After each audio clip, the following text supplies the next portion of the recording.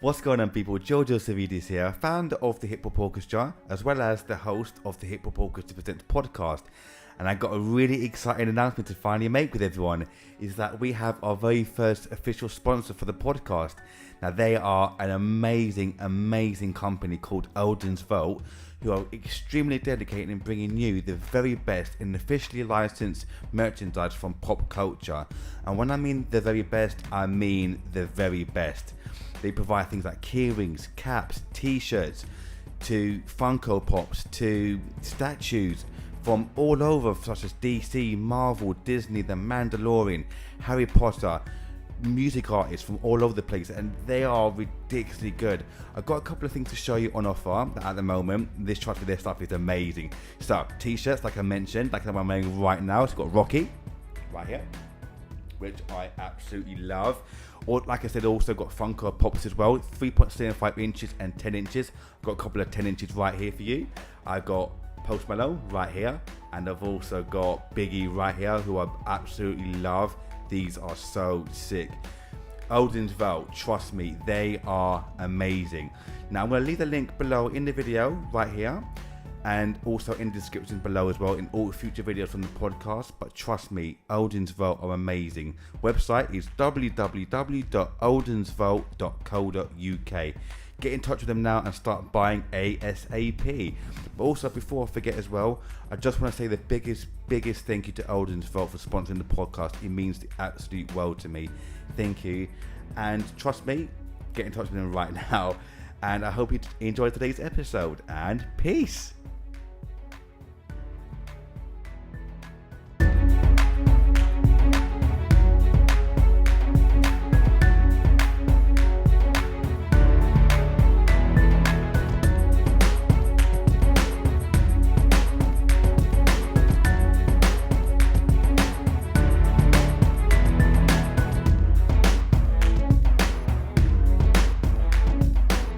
What's going on, people? Welcome to a brand new episode of the podcast, and today we're joined by another amazing guest today, assistant manager at Kobalt Music, Sonny S.J. Winter. How you doing, man? You okay?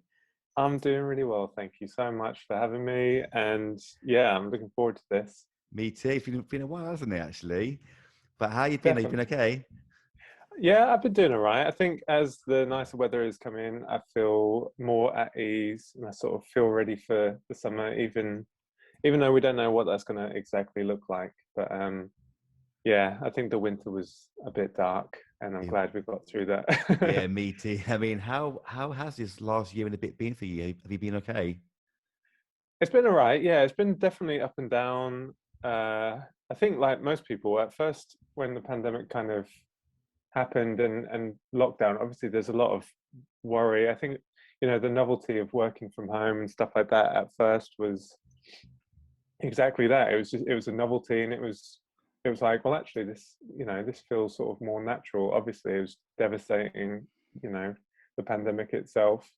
um but yeah, and then as things opened, it got a little bit easier, and then, like I say, the winter was really tough. I yeah, I sort of look back now at that time, and it feels like I can't really remember 3 or 4 months of that time because it was just like every day was the same. It was, you wake up, it's mostly dark, you work, it's dark, you go to bed, Yeah. and I mean, did you go yeah. back?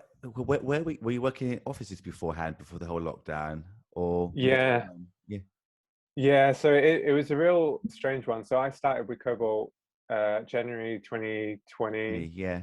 And yeah, and so I was only there for like 10 weeks, and then we shut down, and I loved being there. Like, I love everyone there. The office is incredible, being in central London. And so yeah, it's really strange kind of getting used to people via Zoom, and Mm. especially like new people starting, or talking to different team members and stuff that you don't really know.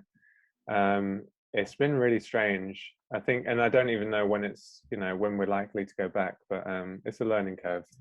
I mean, did you go back as of this podcast episode when we're doing it? Did you go back on the April 12th like everyone else, or are you still working from home at the moment? I'm still working from home. I haven't been to the Cobalt office since March 2020. So Wow, that long. yeah, man, it's I kind of yeah, we went past like the year anniversary of working from home, and it kind of it's weird. It kind of suits me because I, like I think many people, I kind of, some days you just don't feel it. Sometimes you kind of, your mind is elsewhere or whatever, and other days you're totally on it. So, I have days now, and it works better for me to work like I might do 8:30 till 7 on a really good day. And other days it's like, I'm doing a 10:30 till 5, or Mm, however it works. And I think people need to be more flexible. You get the most out of people that way, I think. definitely. I mean, has that? It's just so true about having being flexible, isn't it? Though, like because, like you said, there's some days where you just don't feel like working at all, and you just can't get past it, can you? It's like a wall, like a brick wall.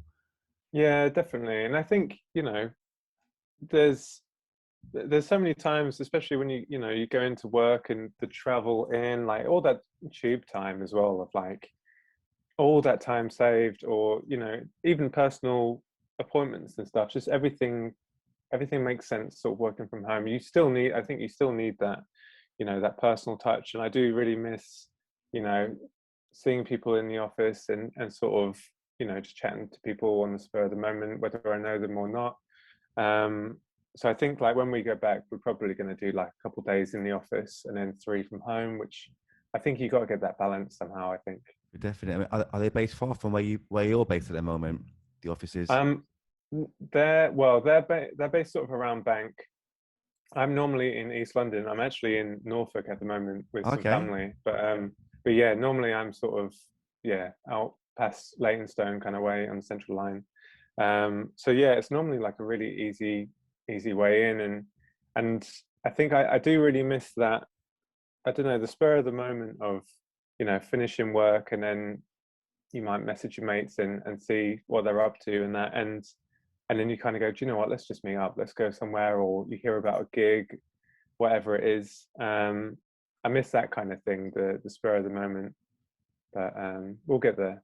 Oh, for sure, for sure. I mean, how was your panel last night that you did? The fear of reaching out. How did that go for you? Was it good? Was it okay?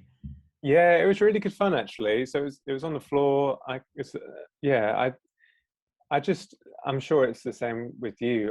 I really love talking to people, and I really love just getting to know people and understand people, because I think you understand yourself better that way as well. Mm. But yeah, it was really fun. It was a nice reflective time.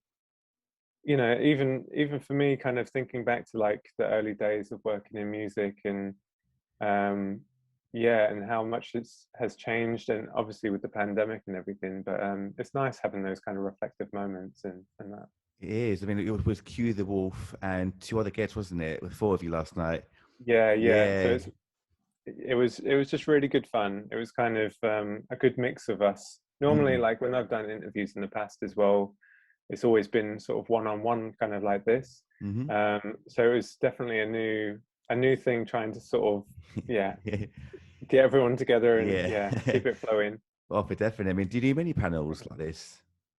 Yeah, I mean, I really love doing, yeah, kind of one-on-one interviews. I've done some stuff at like universities, at Latitude, bits and pieces where it's kind of, yeah, talking to one guest. Like I interviewed Phil Taggart from Radio One I at saw. Wild Yeah. Pass Mm. Festival, which was really fun. Like he's such a great guy, and yeah, just kind of just understanding people and figuring out their experiences, and yeah, helping them tell the story really. And I did the same with Nila Fayanya in London for Access Creative College, and yeah, I think anything to do with, yeah, I guess identity and community, and things like that, um, to understand myself and others, is, I love it.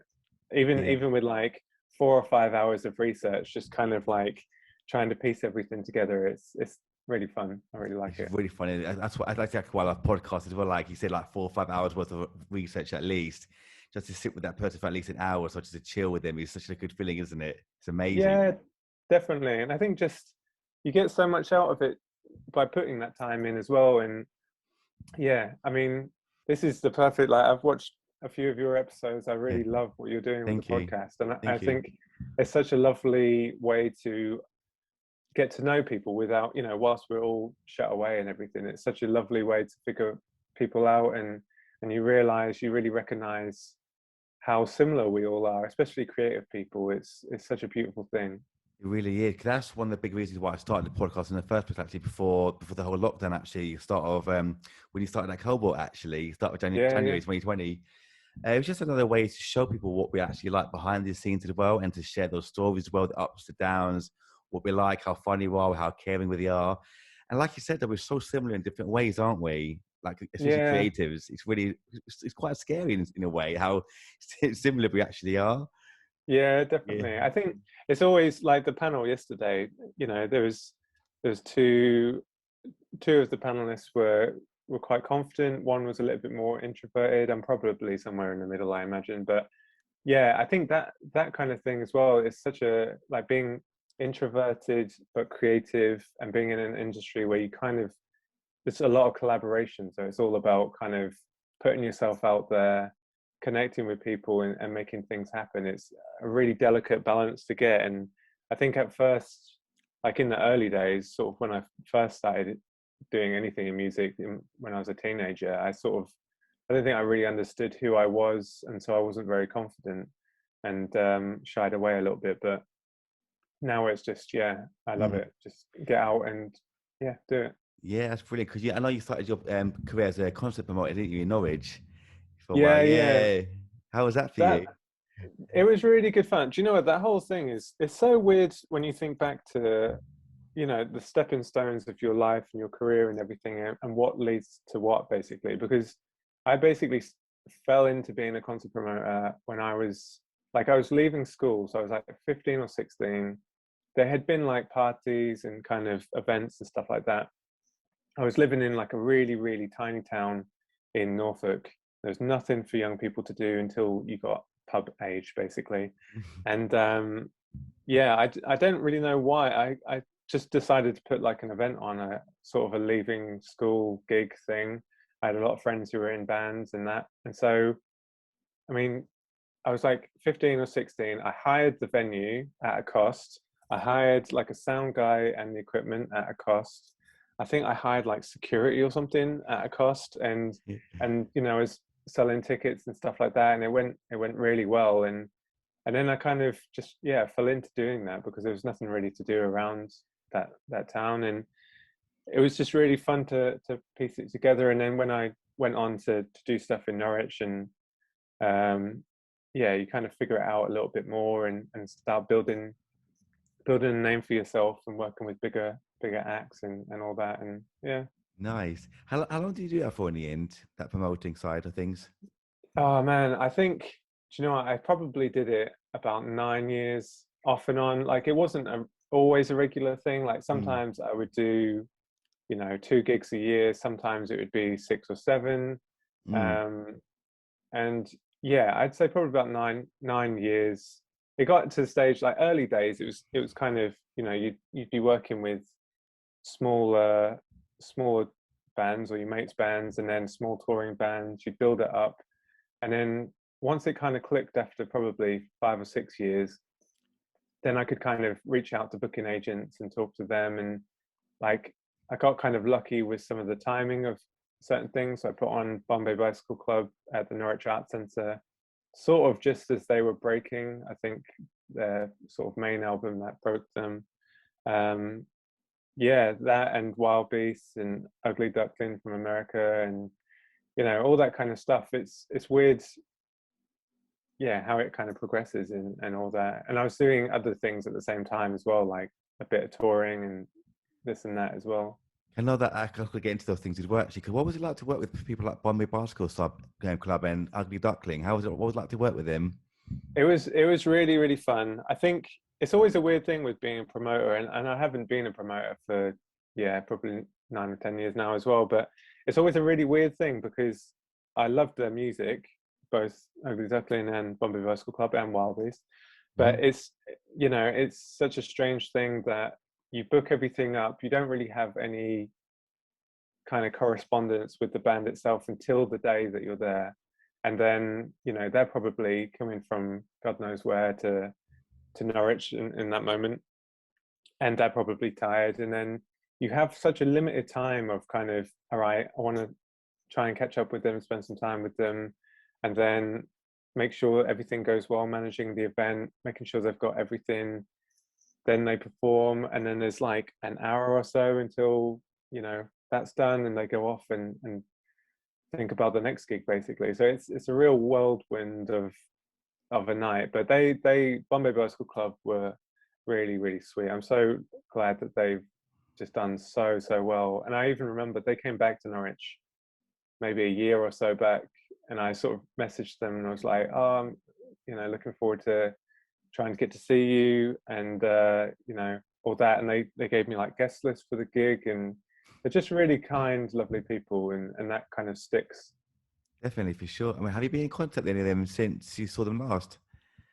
No, not for a long time, to be honest. No, I mean, they exploded, and it was really fun to actually see Bombay Bicycle Club in particular kind of explode, because there's certain bands where it just felt like they are obviously going to be massive, and you never know whether that's going to happen, with what's happening in music at the time and everything. But yeah, they just went from strength to strength, and Jack he's had his Mr. Jukes thing that he's been doing, and yeah, it's just, I think, and it kind of speaks to these kind of, the creative industries in general, when you find just people who you love what they do and they are great at expressing their creativity.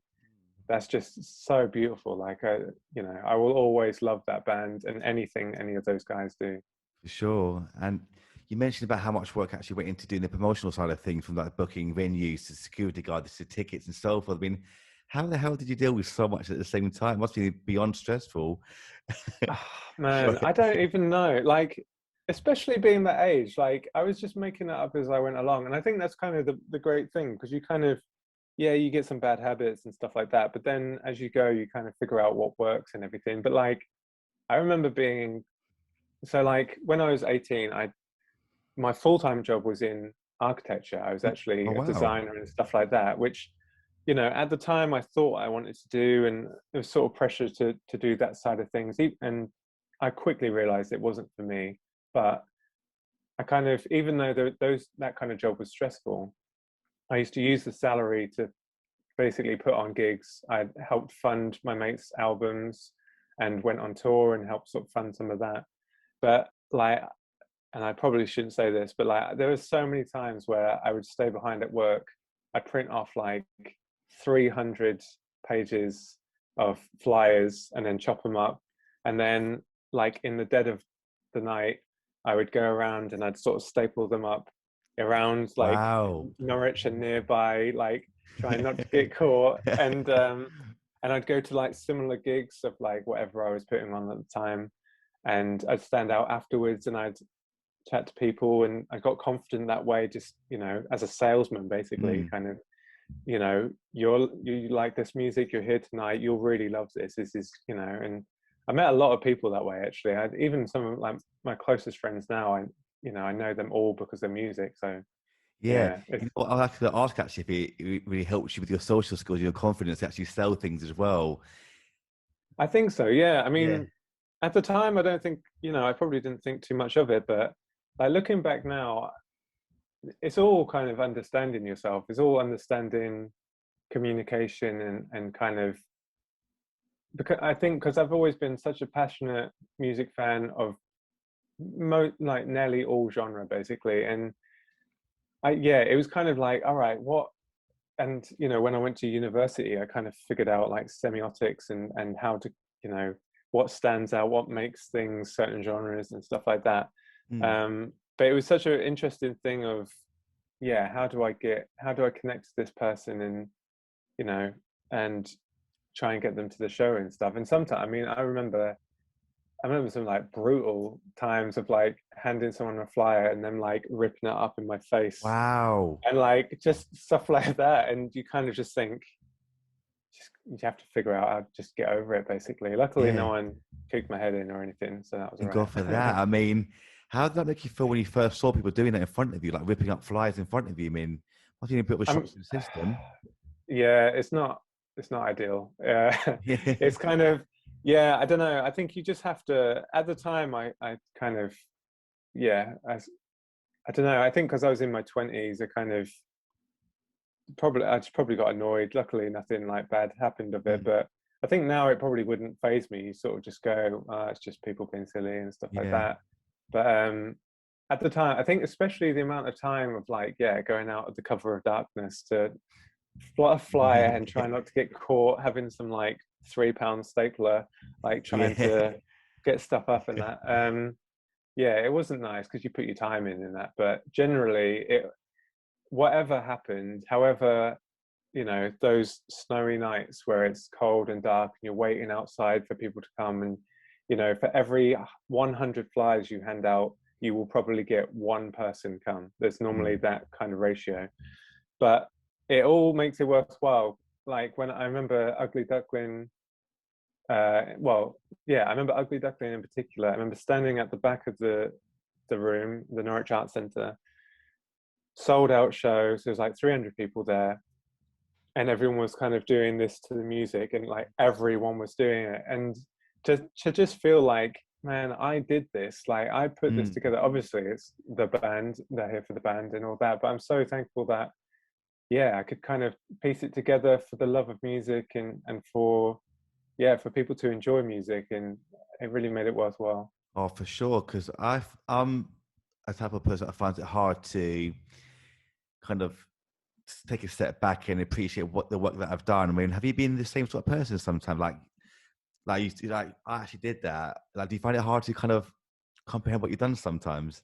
I think so, yeah. I mean, I think it's sort of the life we're in as well. Like you're always looking onto the next thing. It's kind Yeah. of, it's only, I guess, these kind of times where I'm trying to be a little bit more reflective of my career and just all the different things that I've done. It's fun to look back now and think, do you know what? Yeah, I have done some really good things and I'm sort of proud of it. But at the time, you kind of go, done that thing, park it onto the next thing, and um, yeah, I mean, it's just, I guess it's the same for musicians as well. You're only as good as your last song or last album, and Definitely. yeah, it's yeah. Yeah. I mean, during that kind of time as well, being a promoter in Norwich, did you get any help as well? Was it literally all down to you to do everything in one? I think, well, for the most part, it was me. There was a time where my mate Dan helped. We kind of collaborated, and you know, he helped get some brilliant bands in. He has his own contacts and stuff like that. So we worked together for a little while. Um, yeah, and then I kind of went back to it on my own sort of thing. But I think it's just, I think it's just I've always had that curiosity as well of just wanting to, you know, if there's a band that I liked, the hardest thing being a promoter, probably, other than obviously trying to get people to the show, but it's trying to gauge how popular a band is. Like there were so many times because I'd stay up late listening to like Hugh Stevens on Radio One or whatever show it was at like 2 a.m. And there'd be bands on there that I loved, and I was like, these are going to be massive. And then you try and book them in at the right time. You don't know if, you know, it could go completely right, like Bombay Bicycle Club, and you book them, I don't know, 6 months in advance, and by that time they're blown up and it's brilliant.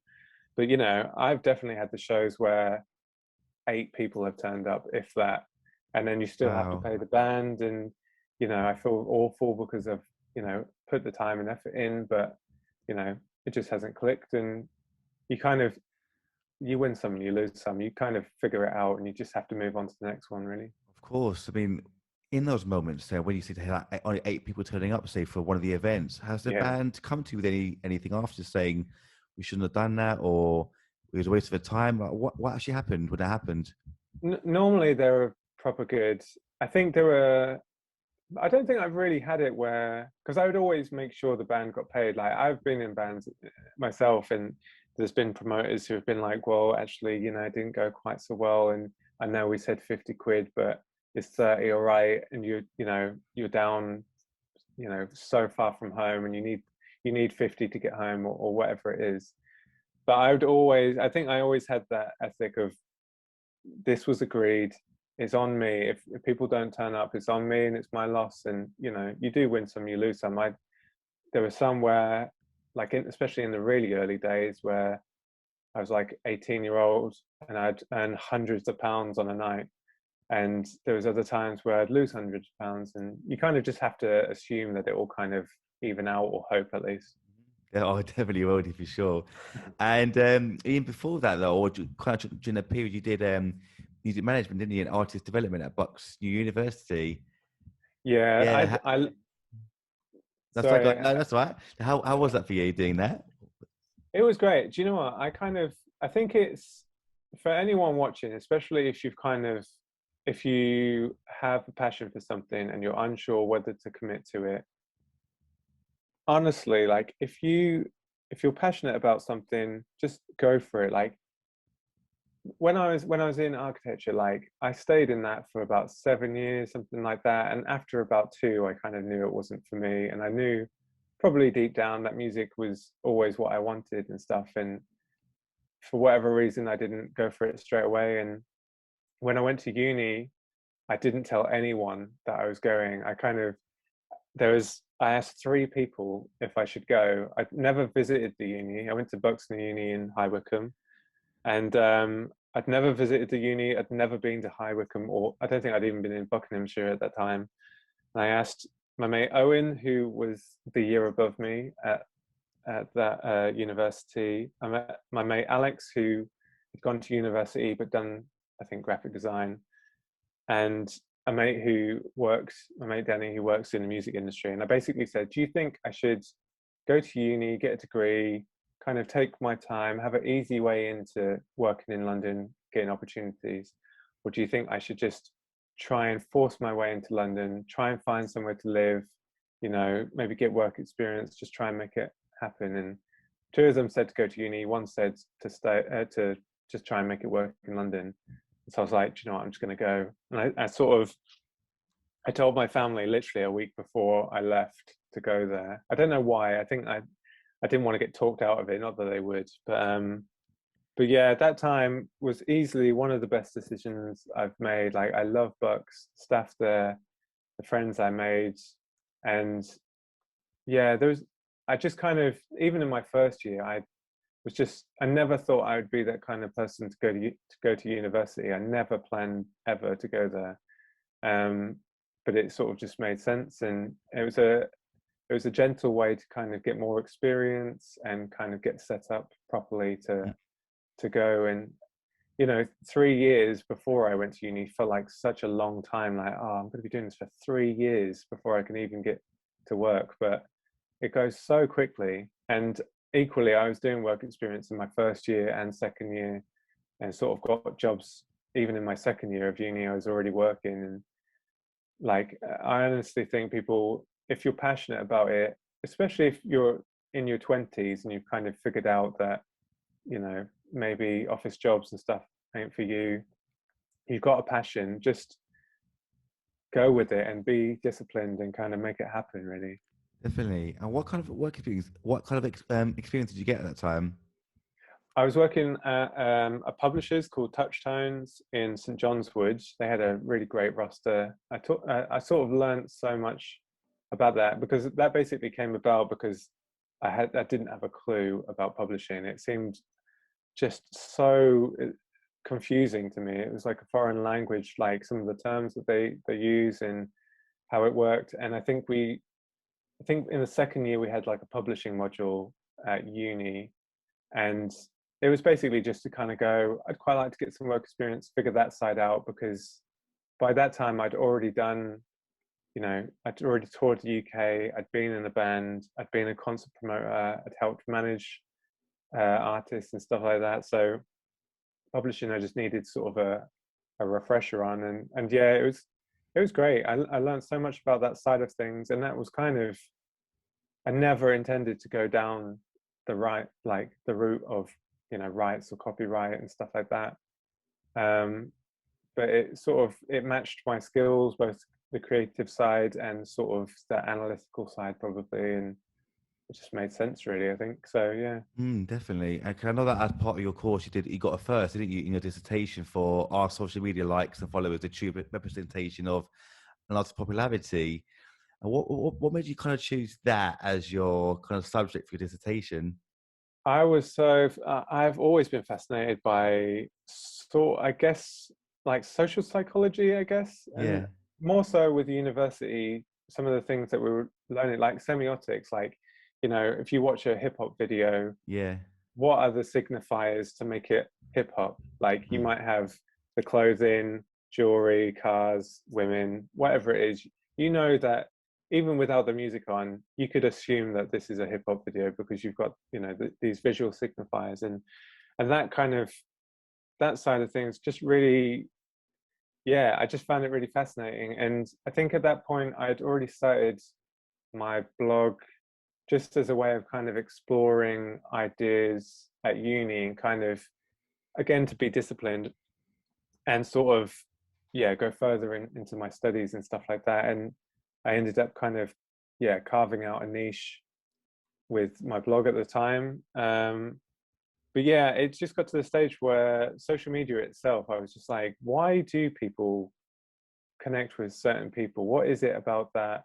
And influence theory, like how to influence people, why people get influenced, and stuff like that. And I loved it. Like, even like, I should go back and read that, really, because it's so fascinating just thinking about group norms. And there's a, what's the quote, is, we look to similar others to understand how best to behave in any situation. So if you go to, if you go to I don't know, a festival and you've never been to a festival, you kind of look around and you work it out quite quickly, like, oh, this is what people are doing, and stuff like that. And those kind of concepts I just find really fascinating. So yeah, I loved it. That's brilliant. 'Cause you really are well known as well for this kind of content you put out there as well. I think like YouTube is about mental health to networking tips to just overall tips and stuff. I mean, even before uni, have you always been interested in that kind of content really for trying to help people? Not well, probably not really. I think it took me really until uni to actually understand myself, really. I think I don't know, there's something probably around that time, yeah, just trying to understand who I even was and what I really liked and stuff like that. And I think the mental health thing, I was sort of aware of it and my own experiences, especially working in architecture. I felt really trapped in that and just miserable, like so down from being in a job which I felt like I had to do because I was sort of so far down that path already. Um, but yeah, it wasn't until I think the explosion of content and stuff like that with Facebook and Twitter and YouTube. Yeah, when that happened, I probably was in the right time with university. It was kind of, yeah, coming up. And um, yeah, I found it really fascinating and a way of understanding myself, as well as like finding people who like the similar things. And you've been invited to some amazing places since then, actually, like BBC News, BBC Introducing Live, Latitude Festival, like you mentioned earlier. What's it like when you get invited to these places? Do you get nervous, excited, a mixture of different emotions? How do you feel? I I think now that I've done it for quite a while, Yeah, I think it helped being in bands when I was younger, because it didn't matter how nervous I was beforehand, I could always turn it on. When it came to like a stage, I sort of, it was sort of Jekyll and Hyde. You could just be a character, basically. And it's sort of similar with being on stage. I sometimes wondered, like, I'm the youngest of four kids. I probably like the attention. Let's not yeah. lie. But but yeah, like the BBC News thing, that was mad because it was just a really random thing. I was unemployed at that time. I think I'd finished uni. I was searching for jobs in music whilst I'd done like the blog and stuff like that. And yeah, I got an email and I was like, oh, it was like, normally we'd send a car for you to pick you up and bring you here, but there's not enough time. Can you get on the tube? And it was also, I think either Bowie or Prince had died, and it was talking about social media and identity and stuff like that. So it's right up my street. But I always remember going on to BBC News, and there was a time where they'd asked me a question, and I paused for maybe like 2 seconds, but it felt like 2 hours. Yeah. But I think since that time, the more you do this, and I'm sure it's the same with you. Maybe the first podcast, you kind of, you're trying to figure it all out and everything. The more you do it, the more you get confident with it. And I've definitely realized that I just have to throw myself at any opportunity and every opportunity to kind of to keep to keep it fresh, to keep that skill Mm. fresh. And it'd be so easy to kind of, especially now with festivals not happening, to not go on stage and interview someone, and then it feels like a much bigger deal when you get invited to do it again. Yeah, because I know you've done like obviously panel work as well. How do you feel when people actually watch you interview someone? Is it quite a weird feeling when that happens? On stage, do you mean? Yeah, on stage, yeah. Yeah. It's I don't know, it's weird because you have that authority, and Mm. I always put so much time, as I know you do, into sort of the research part of it. So I feel I go even if it's like a half an hour talk, I'll have like 20 questions or something, which is way too many questions. But I think you just kind of have to go and play the part, really. I think that's what I've probably learned through my studies and through my career, of just whatever it is you want to do, just act like it first and then figure it out as you go.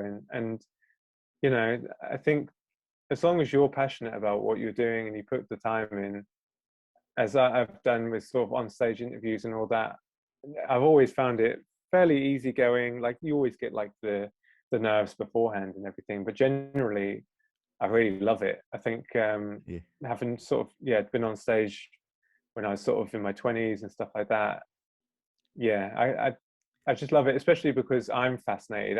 Forget, it doesn't even matter if there was one person there or no people there or 5,000 people there. I'm curious, and that's the main thing for me, because I want to know this as a music fan, and I'm sure other people would, sort of thing. Definitely. And you mentioned about the BBC News thing actually, that they didn't even have time to get you a car and just jump on a tube. I mean, how much time did you actually get to prep for it and then actually go there and give a talk? Oh man, they called me up and they kind of told me what was happening. I said, "Can you kind of tell me what you're likely to ask me? Can you Mm. email it over?" I left. I got the tube. They emailed me, and I sort of was checking. I was writing notes on my phone, kind of going, "Oh, okay, yeah, I'll bring this up and bring this up." Went from sort of East London to Oxford Street, where BBC is, and then yeah, it was. I didn't have a lot of time. I probably had like 20 minutes to get ready after the phone call, and then to walk to the tube, to get on the tube and stuff. And there was like 10 minutes. I was sat side stage of the live news being done, and I was just like, what is my life? Like, and sort of just, I sort of sat here. There was like a production manager kind of came around to check on me, and then yeah, I went there, had people sort of feeding mics up to me, and you know, you meet presenter and it's all go go go, and then they're like, okay, and we're live in three, and and then it's just that realization at that time where you you just know that there's there's potentially hundreds of thousands of people watching, you don't know. Yeah. And you just kind of have to try and be in the moment. And I think a lot of like podcasts or Mhm. interviews or being on the news, it's all about just trying to find that calm, trying to get in that space, like remind yourself that you know what you're doing, you know this stuff, you've done it so many times. Mhm. um and yeah, just hope for the best, really. And I'm sure there's going to be times in the future when stuff goes hideously wrong.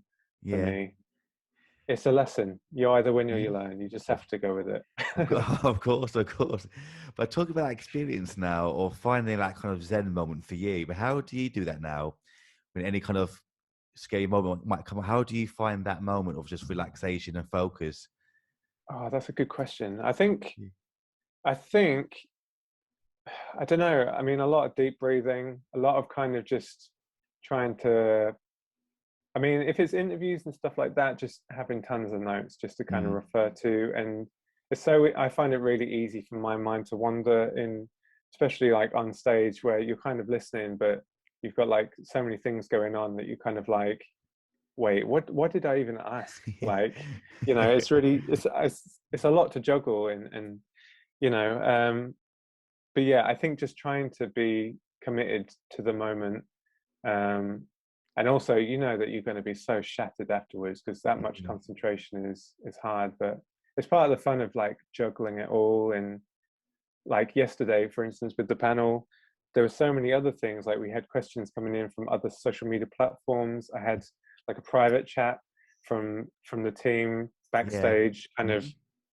there was so much going on that you kind of like, I'm listening, Hmm. thinking of the question, someone's commented, and I've got like people backstage telling me to do something. And it's, Wow. yeah, you just have to try and get in the moment, basically. Definitely, and obviously you're incredible at what you do because you're obviously nominated for some awards as well, which is amazing.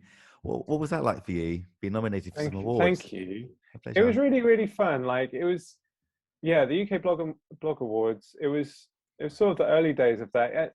It's funny. I sometimes feel like a bit of a fraud blogger because I did it for like there was like a window of when I did it and I was really committed and I got loads of opportunities for doing it and like the award nomination, and it was amazing. I loved it. But I think because so many, and I've got a lot of like friends who are amazing bloggers, and basically I think because mine was always long form and it was like it was like research basically, instead of it being like, you know, oh, I'm going to do this subject and do a little thing here, done that, next one, do this. It, you know, much like, you know, research for interviews and stuff like that, I'd go in on sort of, you know, what I was sort of writing about. And I loved it. I loved getting involved in that. I found it really fascinating. I find the whole influencer thing really like good and bad. It's like I love the creativity of it. I love how people can carve a niche and communicate that and be supportive to, you know, people within the community and stuff. There's obviously mental health and that side of things is really tough. Like it's in the pandemic, especially, I've really taken a back seat from social media, and you know, I, I was lucky that I kind of built up a good following on social media platforms, so I feel like obliged to keep that going. But equally, I know that it's not particularly good for me. Hmm. So, but now switching from blogging, I kind of, for me, like the video creation and like the visuals, I find it so fascinating kind of communicating ideas that way. And luckily it's although I, you know, it's not so much focused on a blog as, you know, social media platforms and that, um I've still been lucky to kind of get opportunities at like festival and latitude and stuff like that for doing that. So yeah. Yeah, but it's absolutely incredible. Then keep up the amazing work. That honestly, it's incredible, Thank you. really incredible. How do you find being a judge, though? And I think you were shortlisted judge for the next big thing, which was previously won by Ed Sheeran, and also the Rocket from the East competition. How do you find that? That was really fun. I mean, that was, yeah, going back to sort of being heavily involved in the Norwich music scene. I really loved it. I think it's very flattering to kind of people want your opinion as a, you know, as a judge. And similarly at BBC Introducing Live, I was kind of offered advice to musicians and stuff like that. But it's great. I think especially because, you know, I used to put on so many upcoming emerging artists, and even now, like I always ask emerging artists to reach out if they have any questions, or you know, if they want to know anything, or if there's anything I can do, just because I want to sort of pay it forward, really. The, you know, I've been really fortunate in the career that I've had, and just so many amazing experiences that I've loved. And so I want to keep that going. And you know, music's so hard, especially at the moment with getting paid hardly anything for streaming and stuff like that. Hmm. If there's anything that I can do for musicians to keep the industry going, I will do so. And yeah, to just see emerging artists and stuff like that, I loved it. It was, yeah, really good fun. That's amazing. I know that kind of going back as well again before we get to Cobalt actually in a minute. I know that you were also a European tour manager for independent and emerging artists, and you went to 10 different countries during your time. What was that like taking people on tour to 10 different countries? It was mad. I have so many stories from that time. Like every single day, something ridiculous happened. So, like I started touring probably when I was about 18 in the UK Mhm. because my mate's band, they had like a UK tour. They needed someone to drive the band. And I think even back then, I kind of got to the stage of just wanting to be not always a yes man, but I just wanted to throw myself at opportunities. And I knew that you get a lot from new opportunities and putting yourself in, you know, you don't know what situation you're going to be in, but you just put yourself into it anyway. So yeah, back then, you know, it's slightly less glamorous around the UK because I mean, the UK touring scene isn't particularly good until you get a booking agent and you can get guarantees and stuff like that. But in Europe, man, they treat you so well. I feel really grateful. Yeah, went through France, Belgium, Germany, Hungary, Austria, Luxembourg, Switzerland, all over the place, and just met so many people. And for the most part, well, for the first sort of 4 or 5 tours that I did over there, I was with my best mates and we're all in a van together, and it was just like a lad's holiday, but with music Yeah. and with music fans. And you'd end up in random places. We had like I'll always shout out Hildesheim in Germany because we had this mad like all-nighter party where the gig went on, the crowd was really receptive and got properly well looked after. Then there was like a club night afterwards. We went on to DJ. We stayed in like a ballet studio, and then went to bed at like 5 or 6 a.m. and then woke Wow. up at like 7 or 8 to start going to the next place. And I love Europe so much, like mainland Europe. You know, I think that's why I was so devastated, obviously with Brexit and stuff, because I feel European first, then British. And I Mm. think, you know, not that it's, you know, the end of all of it, but I just feel really grateful that I got over there, and I have so many great friends across mainland Europe, and just experiences that I never ever would have got, like Veszprem in Hungary. With all due respect, I probably wouldn't visit there. Like Budapest, you go to Budapest probably, but like some of the smaller places where people are so stoked that you're coming to play a show, you're a UK band, um, and the people you meet is just it's beautiful, and it's different. Like I did touring with Holly Cook, like the odd date with her, and we played. I can't even remember what it's called now, but there was a festival in the Netherlands, and it was like, all right, we're meeting at the Emirates in London at like 6 a.m. I had like a taxi come at like 5:30 or something. Meet at Emirates, get the van, get the band, get over the crossing, the Eurotunnel, I think at the time, drive to the Netherlands, you know, offload everything, see loads of stuff. I was doing a lot of sort of tour managing or tour driving, and basically I'd kind of hang out at the festival. Holly would play, load everything up, drive straight back, get home at 5 a.m. So it's like a 24-hour day. And the same with UK festivals, like Festival Number 6 and Boomtown. I think I did those with Holly Cook as well, and yeah, I just being around other music fans, like it's nothing like it. And I'm really grateful that I have great friends, and I've been lucky to build those contacts. And like John Luton, who's tour manager for Holly, and many other people, you know, gave me really great opportunities. And I think that's why at this time with the pandemic, it's really tough to see those people and, you know, the live side of the industry really struggling because people can't do it, you know. Of course, 'cause I remember the last performance we actually did was December 2019, actually in France. Yeah, It's still, to me, say one of my best favorite moments of all time. Amazing. It's just like you said, it's such a heartbreaking thing, isn't it? We can't perform anymore now. A little bit, yeah, definitely. obviously, but compared to what it used to be like, it's It's yeah, it's crazy, isn't it? it's hard to know what it's going to go back to as well. I mean, it's, you know, if the pandemic wasn't bad enough, and obviously there's a lot of UK music venues and festivals who are struggling, and bands and artists and the rest of it. Um, but yeah, it's kind of, and then you've got Brexit on top of that, and not knowing how artists might be able to tour, because I mean, for the bands that I generally worked with, it was more financially viable to go to Europe and tour there than to tour in the UK because of, Mm. you know, guarantees and stuff like that. And I mean, how did you find it? Like when you went over there? Yeah, I found it fantastic because we worked with a company called No Strings Attached, who you might know. Actually, they take orchestras around different places, and so they dealt with.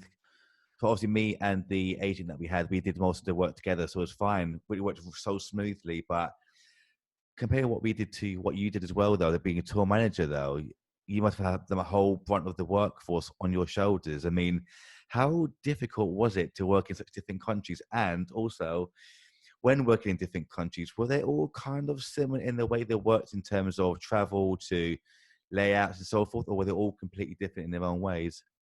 I think I think I was I think it's different levels really, because a lot of the tours I did were with emerging artists and stuff Mm. like that. So it was all very DIY. We played like I've been to loads of German squats and stuff like that, where it's punk shows and stuff like that. Which, yeah, some of them are kind of government um, financed and stuff like that, and yeah, you never know what it's going to be like. And then you have the bigger tours and the bigger festivals where there's a rider or um, yeah, just it's a bigger kind of level kind of thing. Generally, like with emerging artists, it was just me and my mates, and it was fairly easy going. I mean, there were some really rough moments. There was like Osnabrück in Germany. I don't even know how much I can say about it, but like basically there was a group of people there who didn't like us, and it was just so threatening. It was just a really dodgy situation basically to be in, and one that I've luckily never been in before. And I think I took responsibility. I think it's fair to say at the time of kind of like, all right, I'll stay here with one of the guys. Everyone else just get everything as fast as possible. Get our mate to get out because we're staying with them, so we can get away from this situation. And luckily we did, and it was safe. But most of the time, like the hospitality of people in mainland Europe is just so great, and it's so beautiful just to kind of meet people, just chat to anyone and everyone really over there. And Mm, only a few times you'll get dodgy situations, and you just have to go with it. And yeah. of course. I mean, do you have any favorite and personal favorite countries you've been to and worked at? Just so many. Like, I love Germany. I could live in Germany easily. I think it's such a beautiful place. I think just the people I met there are just such wonderful people, and like a really forward thinking country. And I don't know what, like, I think because I hadn't really traveled that much when I was younger, I'd never been abroad until I was like 17 or 18, I Oh, think, something like wow. that. And so I feel like I made up for lost time. But I don't know, like, you get an idea for whatever reason about what a country's going to be like Germany. I was like, I don't know, I just assumed it'd be like a lot of, this is really bad, but like a lot of concrete and a lot of, I don't know. Yeah. And then you go past like some incredible forests and lakes, and we went through Bavaria, which was like Sound of Music, kind of mountains in the background, Yeah.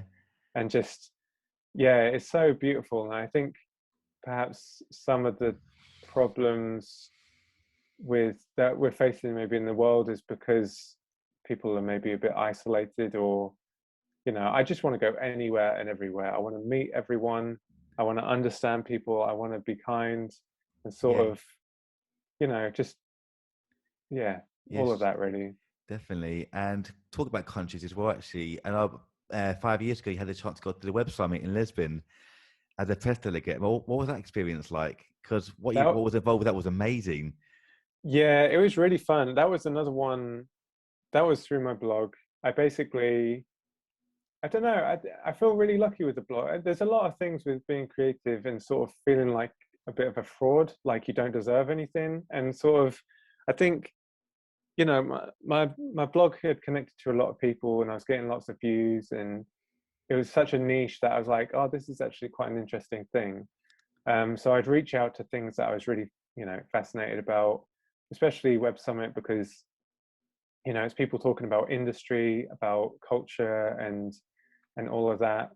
And so to get invited there, I just paid for my flight over there, but I got free the event for free. I got all my food and drink paid for. I stayed in like a really sweet Airbnb Nice. with someone locally, and then a Russian guy stayed with us for a bit. And yeah, it was just great. Like, what was mad about that time though, I remember staying at the Airbnb and waking up, and it was around the time that Trump got in as president. And I remember, I was checking the news and stuff like that, and I saw that he'd got in, and I was like, what? Yeah. And suddenly a lot of the panels were kind of discussing it. And but the mad thing about that as well, like, because I was press, I was backstage with like the Guardian and the Independent and New York Times and Wow. proper amazing things. And there was like press conferences going on in the press room, and like that alone was really fascinating. But WikiLeaks were doing a press conference there. They people from Were WikiLeaks. they? Yeah, they had like Ronaldinho was doing some. I think he was on a panel, so he was there, and Louis Figo, and My favorite ever, Ronaldinho. My favorite yeah, what a ever. gem, what a gem. But yeah, just to kind of be there, sat down. There were so many times where I was like, I'm just this guy from like originally from like a tiny little town in Norfolk, now in East London. I've just done this blog for the fun of it and for curiosity. And it's led to me getting invited to Lisbon, which is a beautiful city. I love Lisbon so much. And to just, yeah, to suddenly be immersed with, WikiLeaks talking about the election and, all these newsworthy things of like, I'm just this guy with a blog. It's so mad, but That I'm is so grateful for amazing. those opportunities. Yeah. Of course, you must be so proud of yourself because that is incredible, amazing. And Yeah. obviously, that's led to you being assistant manager now at Cobalt. I mean, as you joined last January, like you said, 2020. What are some of the, as assistant manager there, what are kind of some of the roles that are included? Well, I think where I am in neighboring rights, I deal with the society relationship. So I I don't even know how much I should or shouldn't say, but basically, there's 4 territories that I look after. It's sort of the relationship, and I love that. Like, I find it so fascinating seeing how music connects in different countries. It's all based on the recording and what gets played on TV, radio, and stuff like that. Um, and we have like an unbelievable roster, like of all my favorite music, all the just the most inspiring musicians and performers. I feel so proud to work there for what Kobalt stands for as Mhm. well. They're going through an acquisition. I don't know if it's actually an acquisition, but Sony kind of takeover at the moment, which I'm excited about as well. Um, but yeah, it's just managing that kind of relationship with different territories. And the fascinating thing, I think, with neighboring rights, there's always stuff to learn. Like, it took me a year to kind of get the basics of it on the performer side. I'd previously done stuff on the label side. Um, but then just to kind of try and understand different territories, because all the territories are different, not least, what works there, what music is popular, but also just the law, the qualification and stuff like that. Every day is a school day, basically. A kind Mhm. of, you are never not learning. And Of course. I love it. I really, like I say, I'm really grateful to work there, and it sort of brings together I think all my favorite parts of working, really, like creativity, relationships and communication, sort of the analytics and that side of things as well.